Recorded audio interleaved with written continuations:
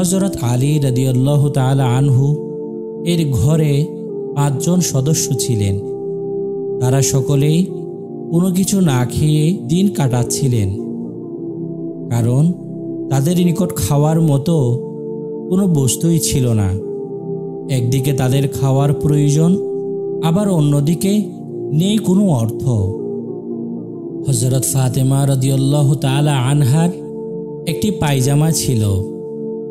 এই সংকটের সময় তিনি পায়জামাটি হযরত আলী রাদিয়াল্লাহু তাআলা আনহুকে বিক্রি করার জন্য দিলেন।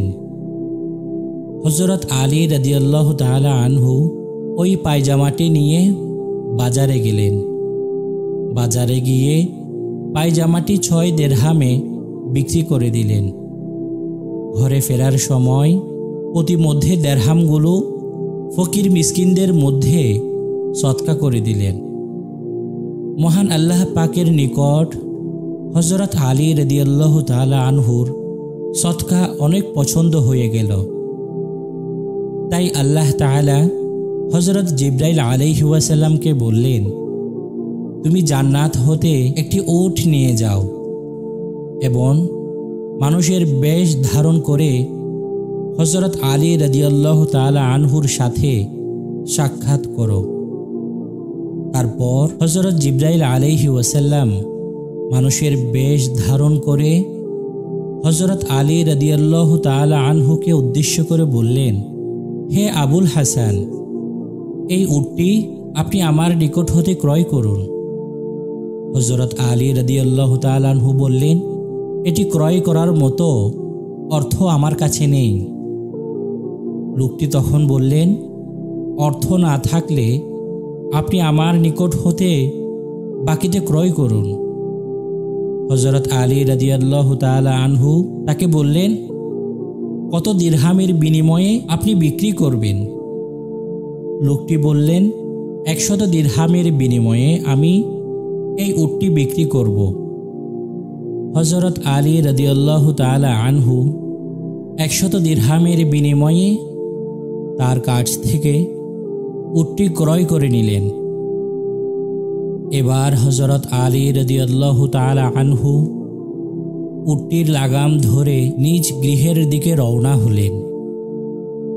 প্রতিমধ্যে হযরত মিকাইল আলাইহিস সালাম মহান আল্লাহ তাআলার নির্দেশে একজন বেদুইন লোকের বেশ ধারণ করে হযরত আলী রাদিয়াল্লাহু তাআলা আনহু এর সাথে সাক্ষাৎ করেন। বেদুইন লোকটি হযরত আলী রাদিয়াল্লাহু তাআলা আনহুকে উদ্দেশ্য করে বললেন, হে আবুল হাসান, এই উটটি আমার নিকট বিক্রি করবেন কি? তিনি বললেন, হ্যাঁ, আমার এই উটটি বিক্রি করব। বেদুইন লোকটি পুনরায় জিজ্ঞাসা করলেন, আপনি কত দিরহামে এটি ক্রয় করেছেন? হযরত আলী রাদিয়াল্লাহু তাআলা আনহু উত্তর দিলেন যে, আমি 100 দিরহামের বিনিময়ে এই উটটি ক্রয় করেছি। তারপর বেদুইন লোকটি বললেন, 60 দিরহাম লাভ দিয়ে আমি উটটি ক্রয় করলাম। বেদুইন 160 দিরহাম তাকে প্রদান করে উটটি নিয়ে চলে গেলেন।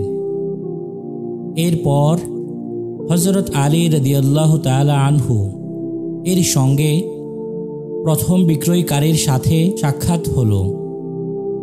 তিনি তাকে বললেন, হে আবুল হাসান, আপনি কি উটটি বিক্রয় করে দিয়েছেন? তিনি বললেন, হ্যাঁ, আমি উটটি বিক্রয় করে দিয়েছি। এই কথার পর বেদুইন বললেন, তাহলে এখন আমার পাওনা আমাকে বুঝিয়ে দিন। তিনি বেদুইনকে 100 দিরহাম দিয়ে দিলেন, আর অবশিষ্ট 60 দিরহাম নিয়ে তিনি বাড়ি ফিরলেন। দিরহামগুলো হযরত ফাতেমা রাদিয়াল্লাহু তাআলা আনহা এর নিকট রাখলেন। 60 দিরহাম দেখে হযরত ফাতেমা রাদিয়াল্লাহু তাআলা আনহা হযরত আলী রাদিয়াল্লাহু তাআলা আনহুকে বললেন, আপনি এতগুলো দিরহাম কোথায় পেলেন? জবাবে তিনি বললেন, আমি মহান আল্লাহ তাআলার সঙ্গে ব্যবসা করেছি 6টি দিরহাম দিয়ে, আর তিনি আমাকে মুনাফা হিসেবে প্রদান করলেন প্রতি দিরহামের বিনিময়ে 10 দিরহাম দিয়ে, অর্থাৎ 60 দিরহাম দিয়ে। হযরত আলী রাদিয়াল্লাহু তাআলা আনহু প্রিয় নবী হযরত মুহাম্মদ মুস্তাফা সাল্লাল্লাহু আলাইহি ওয়াসাল্লামের নিকট ঘটনার পূর্ণ বিবরণ দিলেন। ঘটনা শুনে প্রিয় নবী হযরত মুহাম্মদ মুস্তাফা সাল্লাল্লাহু আলাইহি ওয়াসাল্লাম বললেন, হে আলী, তুমি কি জানো বিক্রেতা লোকটি কে ছিল? সে হলেন হযরত জিব্রাইল আলাইহি ওয়াসাল্লাম। আর তুমি কি জানো ক্রেতা কে ছিল? তিনি ছিলেন হযরত মিকাইল আলাইহি ওয়াসাল্লাম। আর যে উটটি তুমি বিক্রয় করে দিয়েছ তা কিয়ামতের দিবসে হযরত ফাতেমা রাদিয়াল্লাহু তাআলা আনহার বাহন হবে। সুবহানাল্লাহ। প্রিয় দর্শক, আজকে আমরা শুনব একজন ব্যক্তি গান বাজনা ছেড়ে দিয়ে কিভাবে মহান আল্লাহ তাআলার দরবারে তাওবা করলেন। হযরত আব্দুল্লাহ ইবনে মাসউদ রাদিয়াল্লাহু তাআলা আনহু কুফার কোনো এলাকা দিয়ে কোথাও যাচ্ছিলেন। পথির মধ্যে কোনো এক স্থানে ফাসিকরা শরাব পানে মত্ত ছিল। ওই স্থানে গান বাদ্য করছিল একটি লোক। লোকটির নাম ছিল জাজান। জাজানের কণ্ঠ ছিল খুবই সুমধুর। লোকটির কণ্ঠ শুনে হযরত আব্দুল্লাহ ইবনে মাসউদ রাদিয়াল্লাহু তাআলা আনহু বললেন, কতই না সুমধুর কণ্ঠ! আহ, সে যদি এই কণ্ঠ দিয়ে কুরআনুল কারীম তেলাওয়াত করত, কতই না মজা পেত। এই কথা বলে তিনি কাপড় দ্বারা মুখ ঢেকে চলে গেলেন। তখন জাজানের কানে হযরত আব্দুল্লাহ ইবনে মাসউদ রাদিয়াল্লাহু তাআলা আনহুর কথাগুলো কানে পৌঁছালো। এই কথাগুলো শুনে জাজানের কানে এই কথাগুলো প্রভাব ফেলল। জাজান তবলা ভেঙে কাঁদতে কাঁদতে দ্রুত হযরত আব্দুল্লাহ ইবনে মাসউদ রাদিয়াল্লাহু তাআলা আনহুর এর নিকট গেলেন। তিনি তাকে জড়িয়ে ধরলেন এবং উভয়ে কাঁদতে শুরু করলেন। তখন জাজান আল্লাহ তাআলার কসম করে বললেন, আমি জীবনেও আর কখনো গান বাজনা করব না এবং আমি মহান আল্লাহ তাআলার দরবারে তওবা করছি। এই কথাগুলি শুনে হযরত আব্দুল্লাহ ইবনে মাসউদ রাদিয়াল্লাহু তাআলা আনহু বললেন, তওবাকারীকে আল্লাহ তাআলা খুব ভালোবাসেন। আমি কেন তওবাকারীকে ভালোবাসব না? তারপর জাজান গান বাজনা ছেড়ে দিয়ে আব্দুল্লাহ ইবনে মাসউদ রাদিয়াল্লাহু তাআলা আনহুর খিদমত থেকে কুরআনুল কারীম শিক্ষা করলেন। অতঃপর তিনি গানের পরিবর্তে সুমধুর সুরে কুরআন তেলাওয়াত করে শ্রোতাদেরকে মুগ্ধ করতেন। সুবহানাল্লাহ। প্রিয় দর্শক, এই গল্পের মাধ্যমে আমরা এটি শিক্ষা পেলাম, গান বাজনা করা ইসলামের দৃষ্টিতে এটি হারাম। তাই আমরা গান বাজনার পরিবর্তে পবিত্র কুরআনুল কারীম তেলাওয়াত করব অথবা শুনব, তাহলে আমরা অনেক গুনাহ থেকে বাঁচতে পারব। দর্শক, আজকে আমরা শুনব ধোপা কিভাবে রক্ষা পেল মৃত্যুর কবল থেকে। সে অনেক দিন আগের কথা। তখন ছিল হযরত ঈসা আলাইহি ওয়াসাল্লামের যুগ। তার এলাকায় বাস করত এক ধোপা। সেই ধোপার কার্যকলাপে এলাকার মানুষ খুবই অতিষ্ঠ হয়ে পড়েছিল। ধোপার নিকট কাপড় ধৌত করার জন্য দিলে সে কাপড় পাল্টিয়ে ফেলত। ধোপার এই সকল কার্যকলাপে অতিষ্ঠ হয়ে এলাকার লোকজন সকলেই মিলে হযরত ঈসা আলাইহি ওয়াসাল্লামের নিকট গিয়ে বিচার দিল যে, হুজুর, আমাদের এলাকার অমুক ধোপার অত্যাচার আর সহ্য করতে পারছি না। সে সবসময় কাপড় ধৌত করতে গিয়ে সেই কাপড়গুলো পাল্টিয়ে দেয়। তার এই সকল কার্যকলাপ থেকে বাঁচার জন্য আপনি তাকে বদদুয়া করুন, যাতে করে সে মারা যায়। হযরত ঈসা আলাইহি ওয়াসাল্লাম সকলের অনুরোধে ধূপার মৃত্যুর জন্যে মহান আল্লাহ তাআলার নিকট বদদুয়া করলেন, আর সকলকে বলে দিলেন যে আজকের এই দিনটি তার হায়াত আছে মাত্র। ধূপা আজ কাপড় ধৌত করার জন্যে ঘাটে গেলে সেই ঘাট থেকে আর জীবিত অবস্থায় বাড়িতে ফিরে আসবে না। এলাকার সবাই বিশ্বাস করল যে হুজুরের পবিত্র জবানে যখন মৃত্যুর কথা বলা হয়েছে, নিশ্চয়ই তাহলে সে অবশ্যই মারা যাবে। ধূপা তার নিয়ম অনুযায়ী খাওয়ার জন্য 3টি রুটি নিয়ে ঘাটের দিকে রওনা হলো। প্রতিমধ্যে এক ভিক্ষুক এসে বলল, আমি খুব অনাহারে আছি, আমাকে খাওয়ার জন্যে একটি রুটি দান করুন। ধূপা একটি রুটি তাকে দান করে দিল।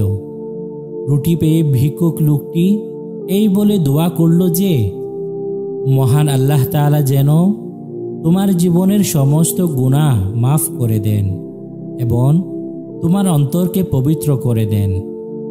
ভিক্ষুকের এই দোয়া শুনে ধূপা তাকে আরও একটি রুটি দান করে দিল। ভিক্ষুক রুটি পেয়ে ধূপার জন্য এই বলে দোয়া করল যে হে আল্লাহ তাআলা, তুমি তাহার অতীতের এবং ভবিষ্যতের সমস্ত গুনাহ মাফ করে দাও। এই দোয়া শোনার পর ধূপা তার সঙ্গে রাখা বাকি রুটিও ভিক্ষুককে দান করে দিলেন। রুটি পেয়ে ভিক্ষুক এই বলে দোয়া করল যে আল্লাহ তাআলা তোমাকে আসমানি এবং জমিনের সমস্ত বালা মুসিবত হতে হেফাজতে রাখেন, আর আল্লাহ যেন তোমার হায়াত বাড়িয়ে দেয়, তোমার জন্য বেহেশতে একটি বালাখানা তৈরি করেন। এই সকল দোয়ার পর ভিক্ষুক চলে গেল। এবার ধূপা ঘাটে গিয়ে নিজের কাজকর্ম মনোযোগ দিয়ে করতে লাগলো। অন্যদিকে এলাকার লোকেরা ধূপার কি অবস্থা হয় তা দেখার জন্যে অপেক্ষা করতে লাগলো। সকলেরই এই বিশ্বাস ছিল যে আজ তার বাঁচার আর কোনো উপায় নেই। কিন্তু দেখা গেল যে সে কাপড়ের বোঝা নিয়ে নিরাপদে বাড়িতে চলে এসেছে। লোকেরা তা দেখে আশ্চর্য হয়ে গেল। হযরত ঈসা আলাইহি ওয়াসাল্লামের নিকট গিয়ে বললেন, হুজুর, এই কি ব্যাপার? আপনি তো ধূপার ব্যাপারে যা বলেছেন তা তো সত্য হলো না। সে তো নিরাপদে বাড়িতে ফিরে এসেছে। হযরত ঈসা আলাইহি ওয়াসাল্লাম বললেন, তোমরা ধূপাকে আমার নিকট নিয়ে এসো। ধূপাকে হযরত ঈসা আলাইহি ওয়াসাল্লামের নিকট আনা হলো। তিনি ধূপাকে জিজ্ঞাসা করলেন, আজ তুমি কি কি কাজ করেছ? ধূপা বলল, ঘাটে যাওয়ার সময় এক ভিক্ষুকের সাথে আমার দেখা হয়, আর আমার সঙ্গে থাকা 3টি রুটি এক এক করে ভিক্ষুককে দান করে দিই, আর সেই ভিক্ষুক প্রতিটি রুটির বিনিময়ে আমার জন্য পৃথক পৃথক দোয়া করেন। ধূপার কথা শোনার পর হযরত ঈসা আলাইহি ওয়াসাল্লাম বললেন, তোমার কাপড়ের থলি একটু খুলো দেখি। থলি খোলার সাথে সাথে থলির মধ্য হতে একটি কালো সাপ বের হয়ে এলো। সেই সাপের মুখে লাগাম লাগানো ছিল। এবার হযরত ঈসা আলাইহি ওয়াসাল্লাম কালো সাপকে লক্ষ্য করে বলল, হে কালো সাপ, তুমি কেন এখানে এসেছ? কালো সাপ জবাব দিল যে মহান আল্লাহ তাআলার পক্ষ হতে আমার প্রতি হুকুম হয়েছে যে অমুক এলাকার ধূপাকে অমুক কুয়ার পাড়ে এমনভাবে দংশন করবে যে দংশনের যন্ত্রণায় যেন সাথে সাথে তার দেহ থেকে প্রাণ বের হয়ে যায়। এই জন্যে আমি তার থলির ভিতর ঢুকে দংশন করার জন্য সুযোগের অপেক্ষায় ছিলাম। কিন্তু সে আজ এক ভিক্ষুককে তার নিকট রাখা সব কটি রুটি দান করে দিয়েছে, আর ভিক্ষুক তার জন্যে অনেক দোয়া করেছে, আর আল্লাহ তাআলা এই ভিক্ষুকের সেই দোয়া কবুল করে আমার নিকট একজন ফেরেশতা পাঠিয়ে দেন, আর সেই ফেরেশতা আমার মুখের মধ্যে এমনভাবে লাগাম লাগিয়ে দেয় যে যার ফলে আমি ধূপাকে দংশন করতে ব্যর্থ হয়ে পড়ি।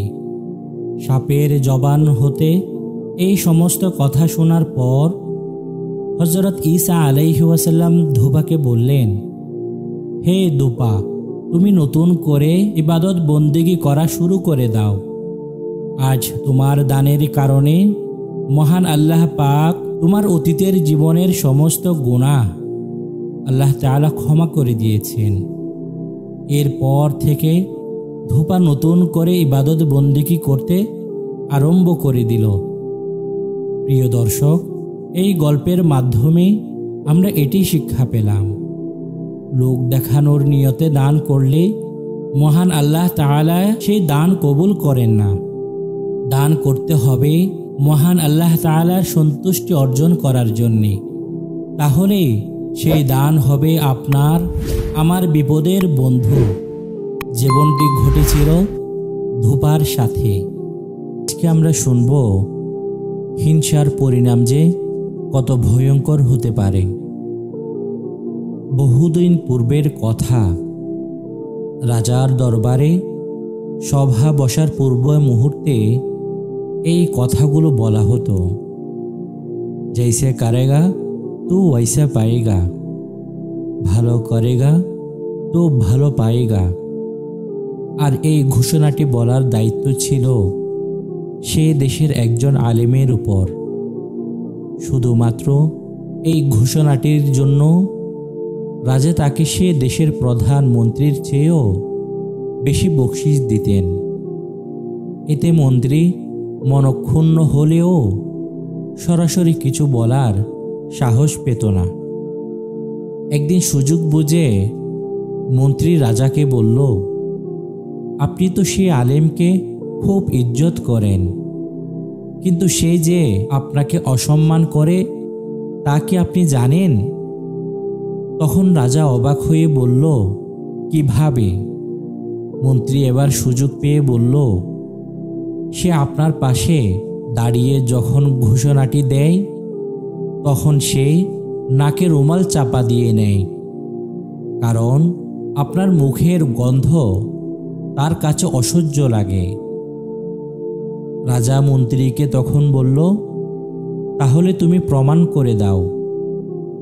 তখন মন্ত্রী সামনের সভায় দেখানোর প্রতিশ্রুতি দিয়ে মন্ত্রী প্রস্থান করল। পরবর্তী সভার কিছু সময় পূর্বে মন্ত্রী সে আলেমকে তার বাড়িতে দাওয়াত দিয়ে খুব ভালো করে খাওয়ালো এবং পরিকল্পনা মাফিক কাঁচা রসুন খাবারের সাথে মিশিয়ে দিল।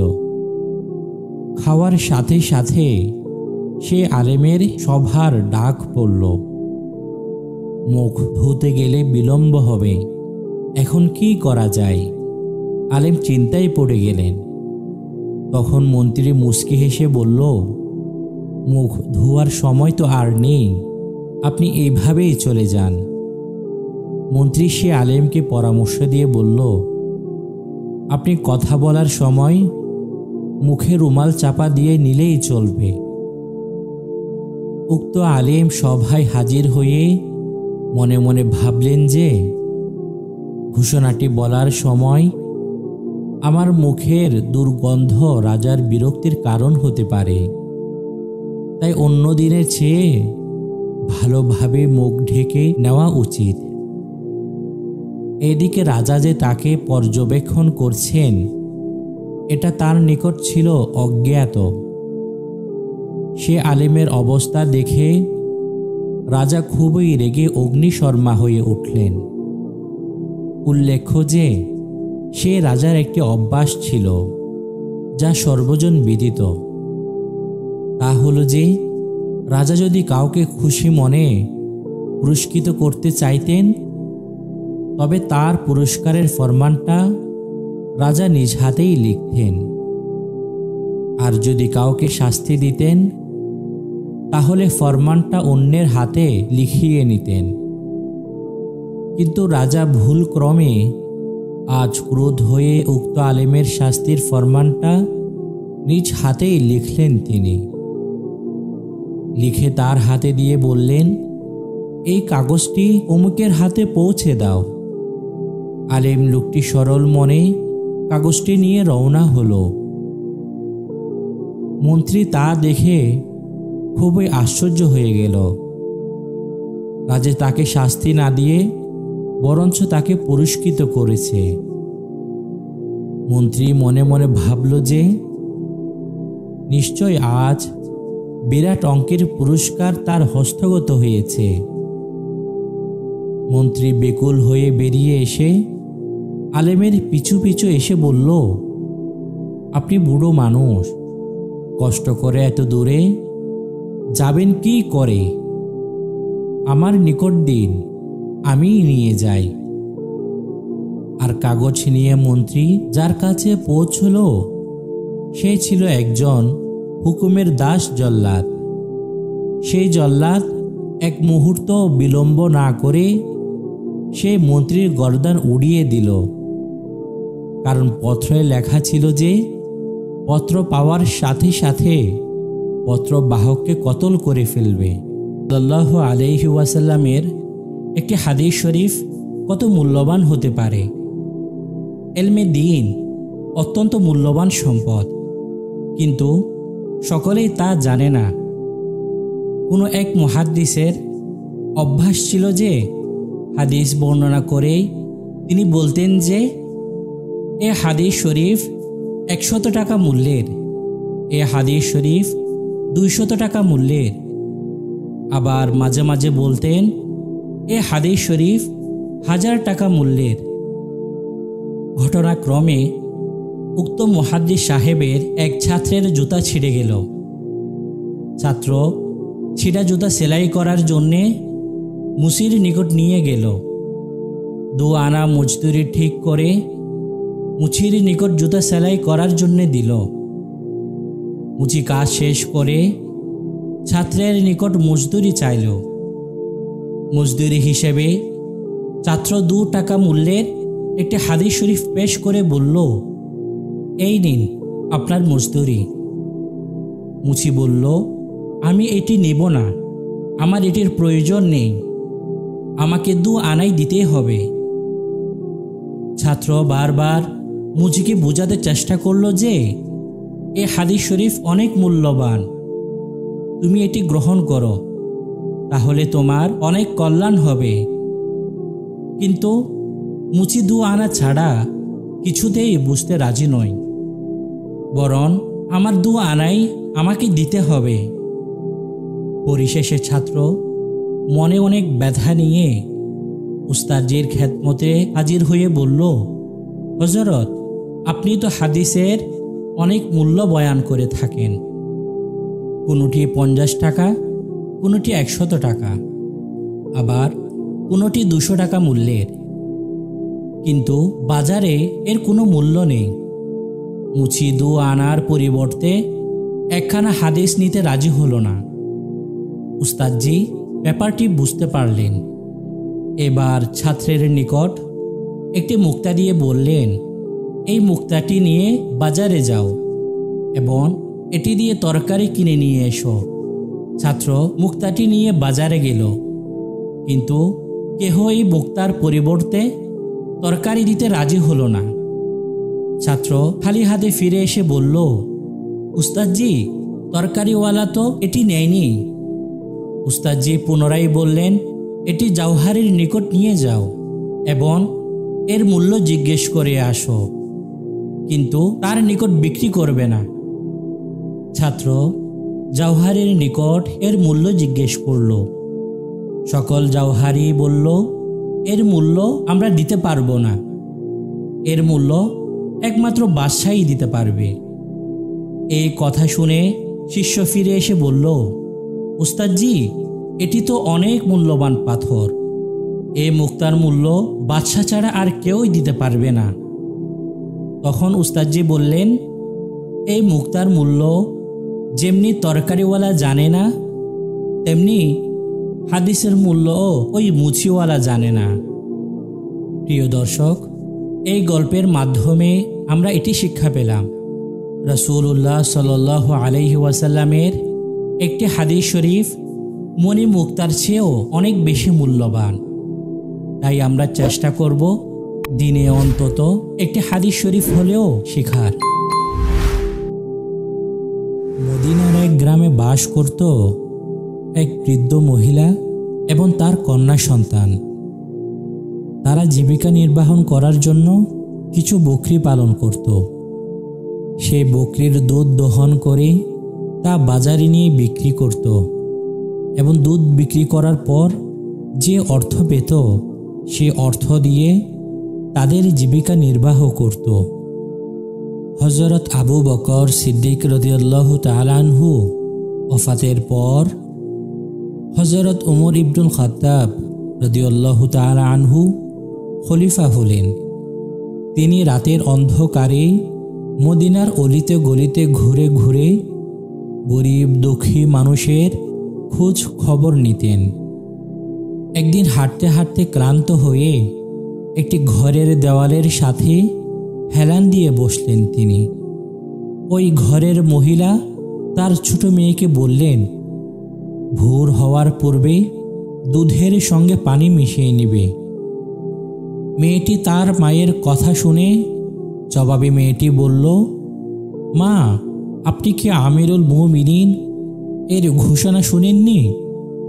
তখন মা বললেন, আমিরুল মুমিনিন কি ঘোষণা দিয়েছেন?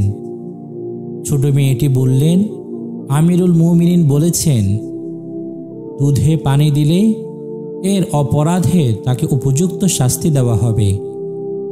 মেয়েটির কথা শুনে তখন মা বলল, রাতের অন্ধকারে দুধে পানি দিলে কেহ দেখবে না।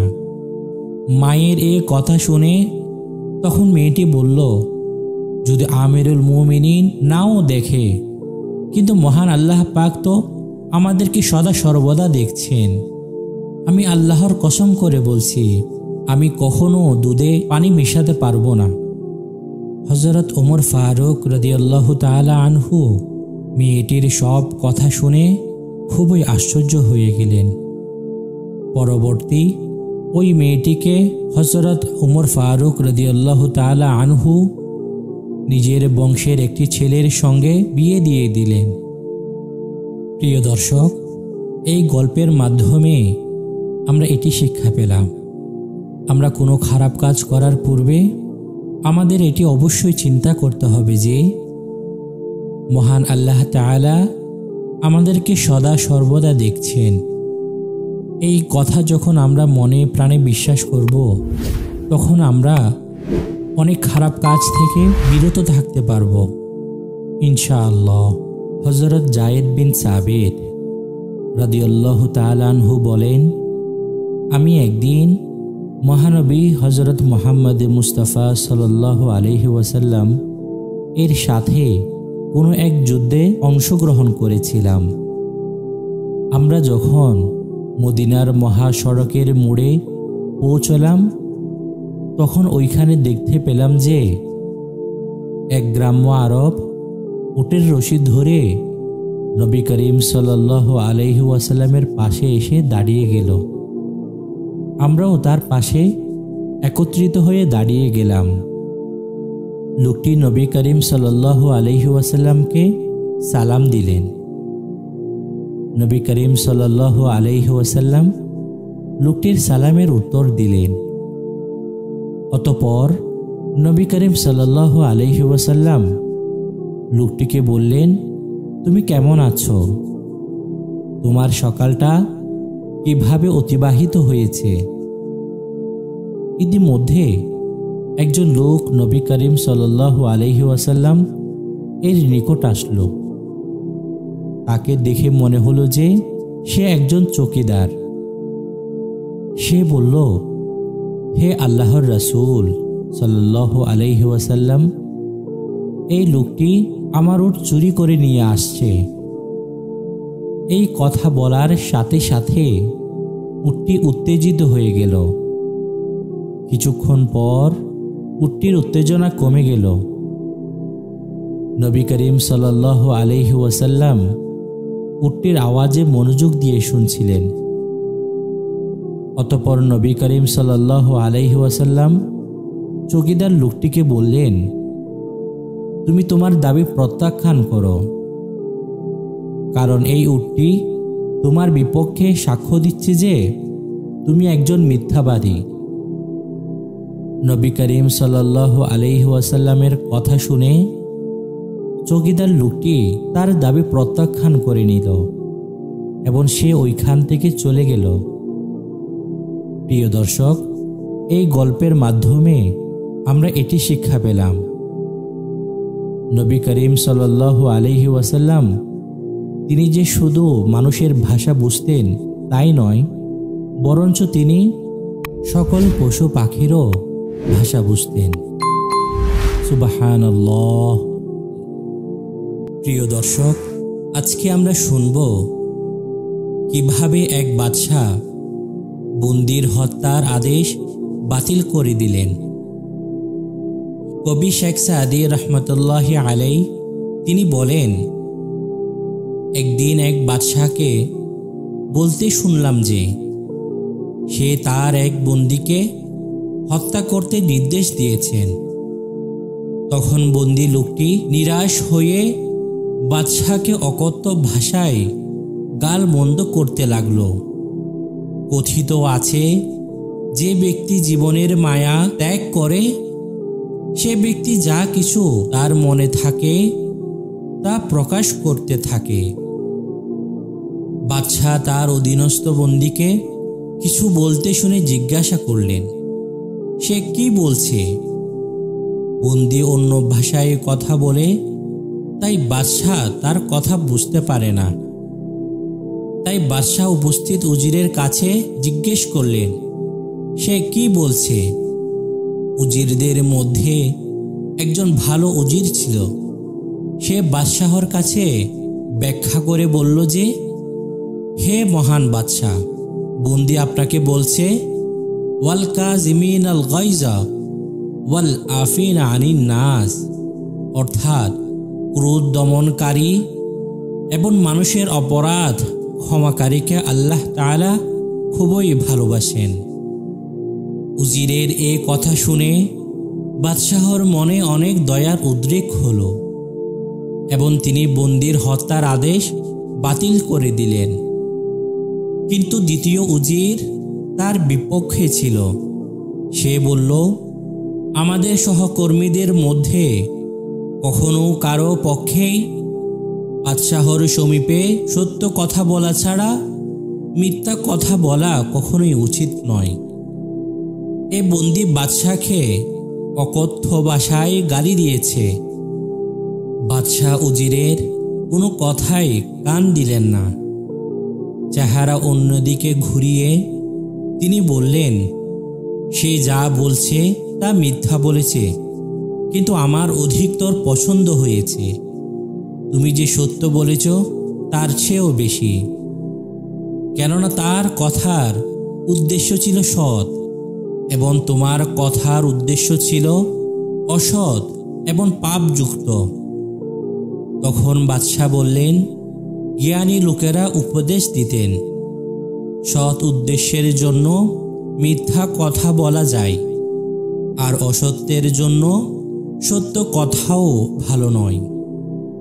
প্রিয় দর্শক, এই গল্পের মাধ্যমে আমরা এটি শিক্ষা পেলাম, সৎ উদ্দেশ্যের যারা তিনজন লোক খুব নিশ্চিন্ত মনে ঠান্ডা বাতাস খেতে খেতে মনের আনন্দে পথ চলছিল।